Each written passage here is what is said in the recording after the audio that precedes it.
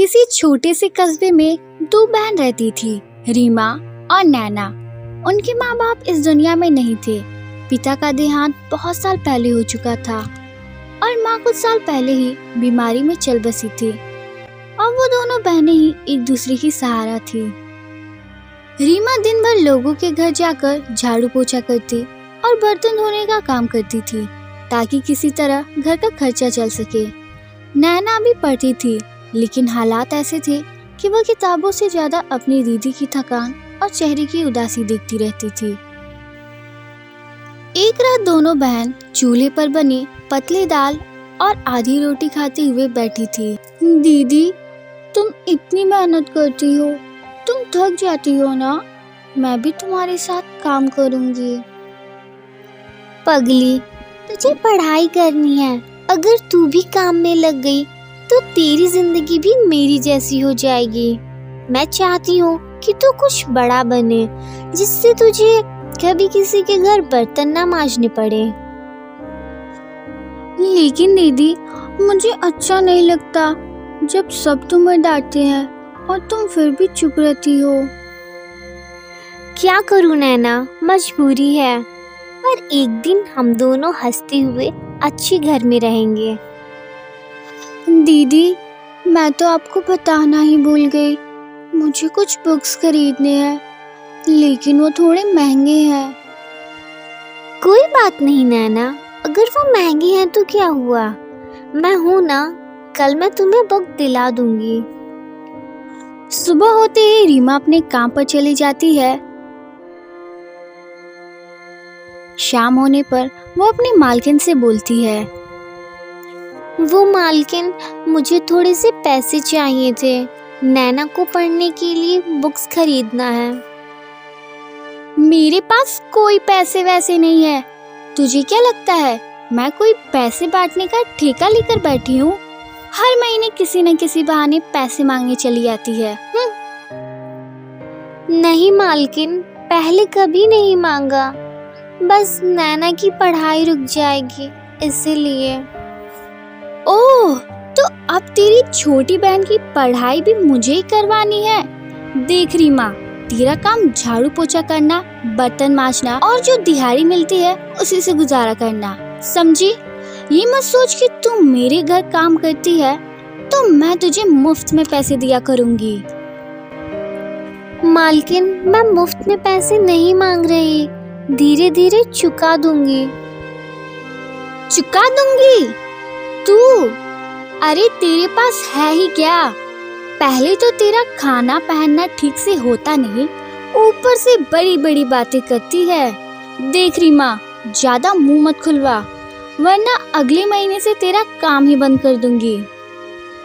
रीमा चुप हो जाती है और उदास मन से अपने घर लौटने लगती है। हे ऊपर वाले, मैंने तो नैना से वादा किया था कि कल किताबें दिला दूंगी, लेकिन मेरे पास तो पैसे ही नहीं हैं। मालकिन से कहा तो उन्होंने भी डांट दिया, बोला कि मैं मुफ्त में पैसे मांग रही हूँ। अरे, मैं कहाँ मुफ्त में पैसे मांग रही थी, मैं तो सिर्फ अपनी बहन की पढ़ाई के लिए पैसे मांग रही थी। रीमा थके कदमों से घर पहुंचती है।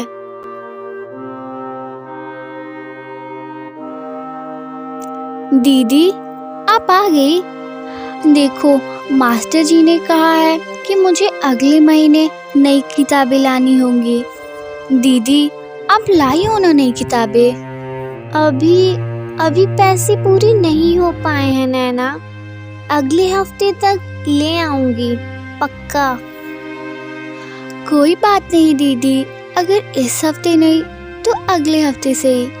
आप थक गई होगी ना, मैं आपके लिए पानी लाती हूँ।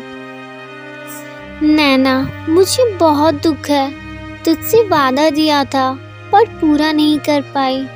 तेरी पढ़ाई रुक जाएगी तो मैं खुद को कभी माफ नहीं कर पाऊंगी।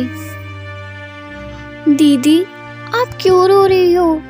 आप मेरे लिए सब कुछ कर रही हो। मुझे किताबें देर से भी मिलेंगे तो कोई बात नहीं है, आप मेरे पास हो, यही सबसे बड़ा सहारा है। अगले दिन सुबह रीमा काम के लिए घर से निकल ही रही थी कि तभी, दीदी आप घर जल्दी आना, आज हम दोनों साथ बैठकर पढ़ाई करेंगे। हाँ मेरी गुड़िया, जल्दी आ जाऊंगी। तू अच्छे से पढ़ाई करना। रीमा घर से बाहर निकलती है तभी उसका एक्सीडेंट हो जाता है और उसकी वही मौत हो जाती है। पूरे गांव में ये खबर तेजी से फैल जाती है। हे ऊपर वाले, रीमा चली गई इतनी छोटी उम्र में। बेचारी नैना अब अकेली रह गई। उसके तो माँ बाप भी नहीं है, कौन संभालेगा उसे। बेचारी रीमा बहुत नेक थी, हर किसी की मदद करती थी, लेकिन किस्मत को कुछ और ही मंजूर था। शाम को नैना को जब ये खबर मिली तो वो चीखने लगी, नहीं ये झूठ है, दीदी मुझे छोड़कर नहीं जा सकती। दीदी ने मुझसे वादा किया था कि वो हमेशा मेरे साथ मेरे पास रहेंगी। ये सब झूठ है। मेरी दीदी कहाँ चली गई, मेरी दीदी। अगले दिन रीमा की चिता जल चुकी थी। नैना कमरे में अकेली थी। अब मैं किससे बातें करूंगी? कौन मुझे स्कूल भेजेगा?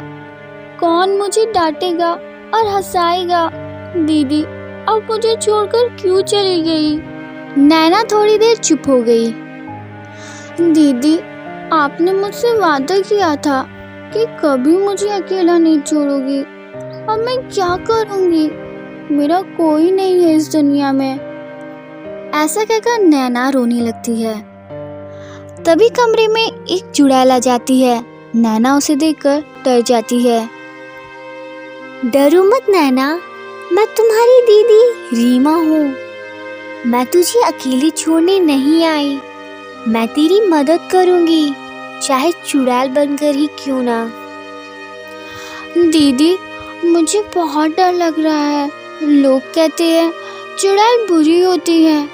आप तो मुझे डराओगी ना? पगली, मैं तेरी दीदी हूँ। दुनिया की नजरों में मैं अब चुड़ैल हूँ, पर तेरे लिए वही रीमा दीदी रहूंगी जिसने तुझे पाला है। नैना, मैंने जिंदगी में बहुत मेहनत की, लेकिन तुझे किताबें तक नहीं दिला पाई।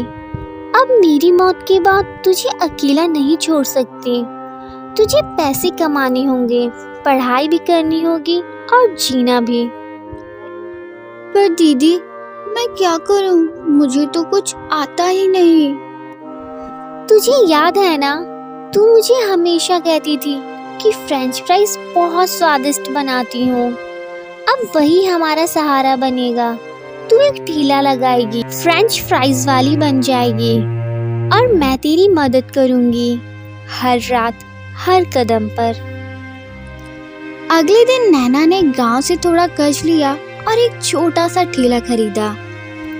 उस पर आलू काटे, तेल गरम किया और नमक मसाला तैयार किया।